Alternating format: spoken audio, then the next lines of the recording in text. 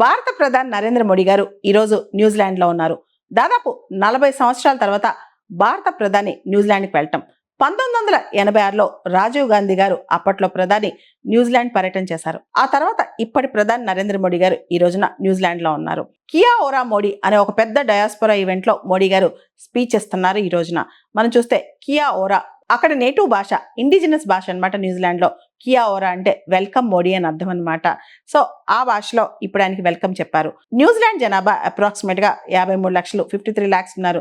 దానిలో 3 లక్షల మంది భారతీయ సంతతికి చెందిన వాళ్ళు. 2026 ఏప్రిల్లో ఇండియా న్యూజిలాండ్ మధ్య ఫ్రీ ట్రేడ్ అగ్రిమెంట్ కుదిరింది. మన యొక్క సంబంధాలు అంటే ఇండియా న్యూజిలాండ్ సంబంధాలని స్ట్రాటజిక్ పార్ట్నర్షిప్ గా కూడా ఎలివేట్ చేయడం జరిగింది. ఇండియా న్యూజిలాండ్ ట్రేడ్ ఇండియా యొక్క ఇతర దేశాలతో ట్రేడ్ తో పోలిస్తే కనుక చాలా తక్కువగా ఉంది. కేవలం $2.4 బిలియన్ అనమాట.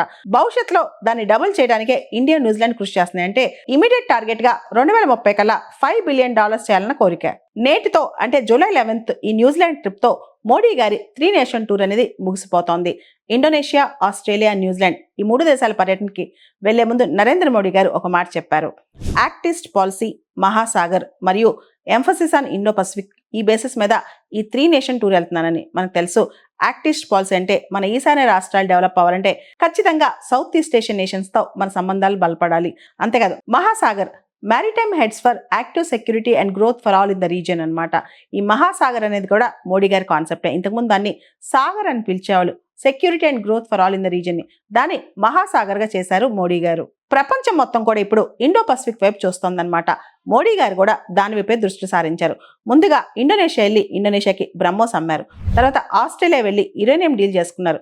ఇప్పుడు లాస్ట్ లెగ్ లో న్యూజిలాండ్ వెళ్ళి మన పార్ట్నర్షిప్ ను స్ట్రాటజిక్ పార్ట్నర్షిప్ కు ఎలివేట్ చేసి ట్రేడ్ ని కూడా డబుల్ చేస్తానని ప్రతిన పూనారు.